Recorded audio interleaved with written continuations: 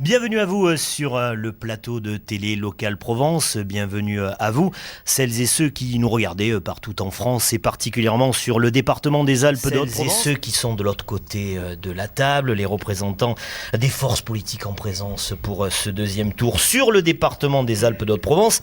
D'abord, c'est le tirage au sort qui vous a désigné ainsi. Gilbert Sauvant, secrétaire départemental du Parti Socialiste. Gilbert Sauvant, bonjour. Oui, bonjour Sébastien. Et merci d'être là. À vos côtés, Mireille Dornano, secrétaire départementale du Front National. Mireille Dornano, bonjour aussi. Bonjour. On continue avec Franck Coriol, secrétaire départemental de l'UMP. Monsieur Coriol, bonjour. Bonjour aux auditeurs et à TLP. Et puis, pour terminer, Jean-Claude Cauvin, qui est lui le représentant du Front de gauche élargi, on dit comme ça, monsieur Cauvin. Tout à fait. Alors, bonjour à tous, bonjour aux auditeurs, bonjour aux téléspectateurs et bonjour à vous et bon débat. Eh bien, je vais tenter, moi, d'être le garant au niveau du temps, quant à mes collègues, eux, vont s'occuper du fond, c'est-à-dire des questions. Et je passe donc la parole à Damien pour le premier thème. Merci Sébastien. Donc, un petit rappel de ce premier tour avec quelques chiffres. Donc, dimanche, à l'issue du premier tour, on a eu 6 élus, 6 candidats élus dès le premier tour, 4 de la majorité départementale, donc 4 du PS. Il reste aujourd'hui 10 postes à pourvoir. On note quelques singularités sur ce département puisqu'on a 3 duels FN-PS. C'est une première de voir le Front National au second tour dans ce département. Donc 3 duels qui concernent les cantons de Volonne, Manosque Nord et Valençol. 2 duels aussi singuliers avec 2 candidats gauche-gauche. C'est le cas à Fort-Calquier. Et c'est le cas à Ariane, oui Sébastien. Et enfin 4 duels plus classiques. UMP-PS, donc là on est sur Barcelonnette-Barème, Noyer et Manosque Sud-Est. On pourrait presque en rajouter un 5e avec Riez, puisque on a un duel PS sans étiquette, mais le candidat sans étiquette a votre soutien, le soutien de l'UMP. Donc, Jean-Claude Cauvin, votre analyse de ce premier tour? Ce qui me semble quand même très clairement, c'est que la première donnée, c'est une sanction évidente de la droite et de son gouvernement. Même le Figaro le dit. Alors c'est tout dire.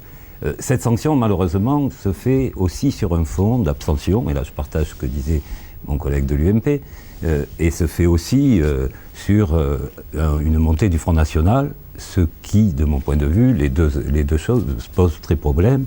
Je pense qu'on est devant une véritable crise sociale, mais aussi politique dans notre pays, avec une défiance réelle des électeurs par rapport aux gens. Je ne crois pas que ce soit la question de la réforme des collectivités territoriales, on y viendra, mais plus simplement la responsabilité que porte la droite aujourd'hui. Elle porte une responsabilité, je dirais, triple. La première, c'est que tout a été fait pour ne pas parler de ces élections. Vous savez, on nous a parlé des présidentielles, de qui va être candidat, mais surtout pas des cantonales. Première donnée. Mais au-delà de ça, Cauvin, oui. Au-delà de ça, très rapidement, banalisation des idées du Front National par l'UMP, c'est dramatique. Et troisième élément surtout, promesses non tenues. Et les Français ne veulent plus. Jean-Claude Cauvin, vous avez la parole. Ça me permettra de passer un peu de temps sur cette question. Très clairement, pour le rassemblement que je représente, c'est-à-dire Ensemble pour un département à gauche, solidaire, écologique et citoyen, il n'y a aucune ambiguïté sur la nécessité de faire barrage à l'extrême droite très rapidement. Et il n'y a aucune ambiguïté sur la nécessité de partout conforter la sanction qu'a reçue l'UMP et de se rassembler autour des candidats qui sont à gauche susceptibles de l'emporter, puisqu'on se retrouve pour l'essentiel avec des duels gauche-extrême droite ou gauche-droite. Ceci étant, vous soulevez le problème de 2 cantons, et notamment de celui de Rayanne, je suppose que c'est ça la question que vous me posez, qu'il n'y ait pas d'ambiguïté là non plus. Très clairement, le Parti Socialiste a fait le choix à Fort-Calquier de soutenir la candidature de Sylvie Mas. Eh bien, nous, parce que nous considérons que nous sommes dans cette majorité départementale, nous soutenons cette candidature. Ce rassemblement soutient sans ambiguïté la candidature. Et avec l'idée toute simple, c'est qu'il n'y a pas de danger de droite, il n'y a pas de danger d'extrême droite, et qu'il y a deux conceptions à gauche à Fort-Calquier. Je pense qu'on se retrouve très clairement dans la même situation. Il y a 2 conceptions de la gauche actuellement en débat au sein des partis de gauche. Et je souhaite que ce débat se prolonge et je souhaite qu'il aboutisse entre une gauche pour aller vite d'accompagnement et une gauche qui veut des transformations sociales. Il y a 2 candidats en lice possibles, ce sont 2 candidats de gauche. Il n'y a aucun danger de droite et aucun danger d'extrême droite. Ce débat, nous le mettons entre les mains des citoyens et c'est les citoyens qui décideront. Les chiffres de l'abstention, vous en avez tous parlé, accréditent d'une manière indirecte le projet du gouvernement de réforme des collectivités, puisque apparemment, c'est en tout cas ce qu'on peut analyser du premier tour, les Français se désintéressent de ce scrutin et peut-être se désintéressent-ils du mandat de conseiller général. Alors, Jean-Claude Cauvin, parce qu'on ne l'a pas beaucoup entendu. Je suis en retard, donc on y va. D'abord, je voudrais un peu revenir sur le projet, mais très rapidement. La situation que vit le pays est dramatique et les Français sont dans des situations dramatiques de mal-vie. Ça, c'est une réalité. La deuxième question, c'est que le Conseil général est effectivement asphyxié financièrement par une volonté qui anticipe en fait la réforme des collectivités territoriales pour faire disparaître ce maillon de la démocratie. Face à ça, une priorité évidente, avec 2 fils rouges, je dirais, pôle de résistance par rapport à la casse engagée par le gouvernement, et maillon, faire du Conseil général un bouclier social. Voilà les 2 priorités pour construire les propositions que l'on fait. J'ai parlé, donc, ceci étant dit, vous posez la question de l'abstention. Très clairement, et on retrouve ce que je viens de dire dans cette question de l'abstention, très clairement, on a, au cours de la campagne, rencontré 2 choses. La première, c'est une grande colère et une angoisse. Colère par rapport aux mesures gouvernementales, angoisse par rapport à l'avenir des enfants, par rapport à la perte de l'emploi, par rapport au pouvoir d'achat. Ça, c'est la première donnée. La deuxième, c'est une défiance. Une défiance par rapport aux politiques, et y compris par rapport à la gauche. Parce que la gauche n'est pas à la hauteur. Elle n'a pas de perspective politique claire. Et je pense que cette question-là nous est posée.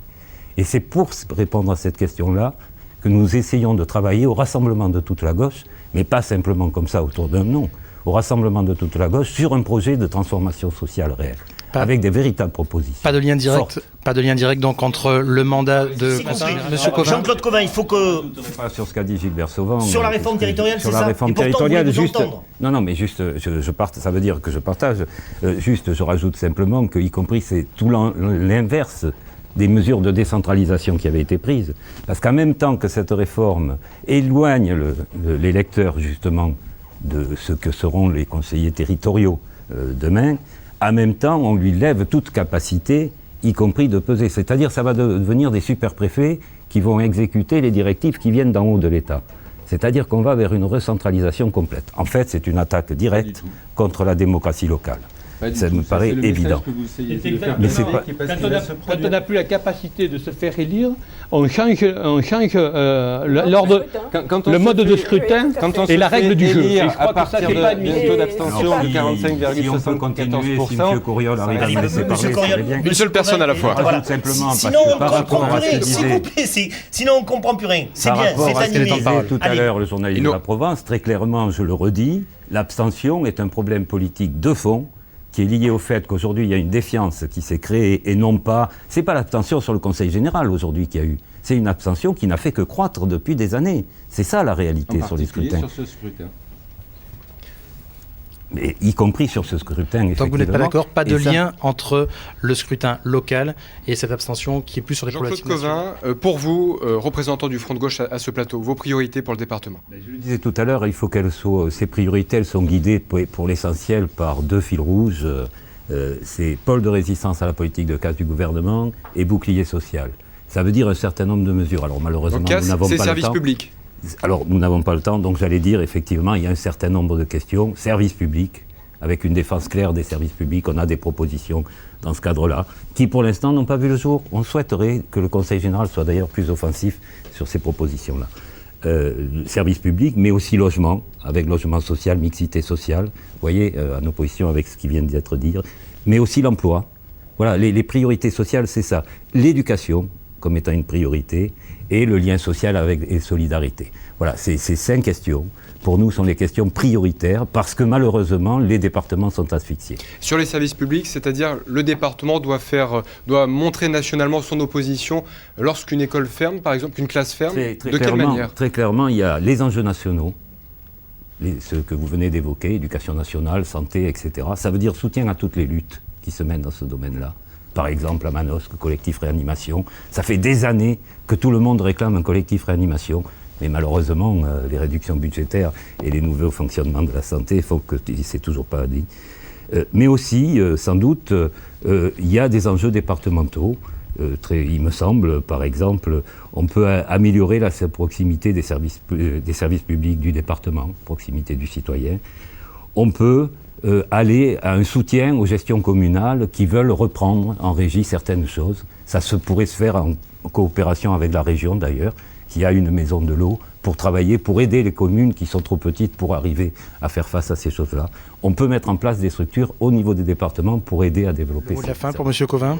Je voudrais dire aux électeurs qu'on leur tend 2 pièges. Ils sont en colère, on leur tend 2 pièges. Le Front National et l'abstention. Et je voudrais leur dire, ne vous faites pas voler votre colère. Voilà. Il est urgent que la gauche se rassemble, qu'elle se rassemble, y compris en refusant le discours de haine et de division du Front National, qui ne peut pas construire un projet pour la France, ça me paraît évident.